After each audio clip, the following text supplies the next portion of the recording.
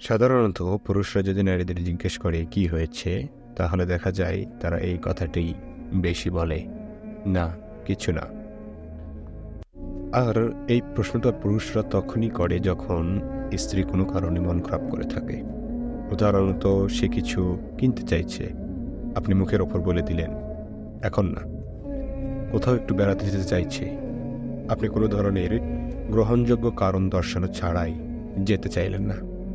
অথবা তার শখের কোনো জিনিস কেনার জন্য টাকা চাইছে, আপনি দিলেন না। এ ধরনের পরিস্থিতিতে সে স্বাভাবিকভাবেই মন ভার করে থাকবে, ভেতরে ভেতরে অভিমানে পড়বে, আবার চেহারাও থাকবে বিরক্তির বহিঃপ্রকাশ। তখন আপনি যদি গিয়ে বলেন কি হয়েছে, সে উত্তরে বলবে না কিছু না। এখানে না কিছু না দ্বারা সে বোঝাতে চাইছে তুমি আমার দিনটাই মাটি করে দিয়েছ, এখন আর এ বিষয়ে কথা বলে আমাকে বিরক্ত করো না তো, ক্ষমা টমাও চাইতে এসো না। আমি যেটা চেয়েছি তা যদি পূরণ করতে রাজি হও তাহলে তোমার সাথে আমার কথা হবে, অন্যথায় আর কোনো কথা নেই এই মুহূর্তে। এমন পরিস্থিতিতে আপনার পক্ষেই দূরে থাকাই ভালো। এখন তার সঙ্গে কথা বলা এবং বিষয়টা মিটমাট করতে যাওয়া মানে ফুটন্ত পানিতে নিজের চেহারা দেখা।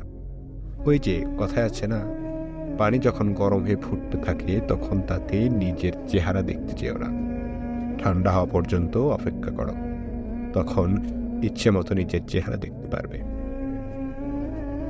পরিস্থিতি কিছুটা ঠান্ডা হতে দিন, তবে তার না কিছু না কথায় প্রতারিত হয়ে ভুলেও এটা মনে করবেন না যে আসলেই কিছু না, ঝামেলা আপাতত শেষ, বরং পরিস্থিতি বা তার উল্টো। আপনাকে পরে যে কোনো সময় এই বিষয়ে কথা বলতেই হবে। ছোট ছোট জিনিস একে একে জমা হতে থাকলে তা বড় আকার ধারণ করে। তাই তো আরবরা বলে ছোট ছোট পাথর দিয়েই গড়ে ওঠে এক একটি পাহাড়। এক রাত কি 2 রাত, এর চেয়ে বেশি সময় নেওয়াটা ঠিক হবে না। এর ভেতরেই তার অভিমান যখন প্রমোশিত হবে খানিকটা, তখনই মিটমাট করে ফেলুন। আপনি তার প্রার্থিত আবদারটি পূর্ণ করতে না পারার পেছনে হয়তো যুক্তিসঙ্গত কোন কারণ আছে, তাকে সেটা বুঝিয়ে বলুন। মনে রাখতে হবে, আপনার কর্তৃত্ব থাকার অর্থ এটা নয় যে আপনি আগুন আর লোহা দিয়ে আপনার পরিবার শাসন করবেন।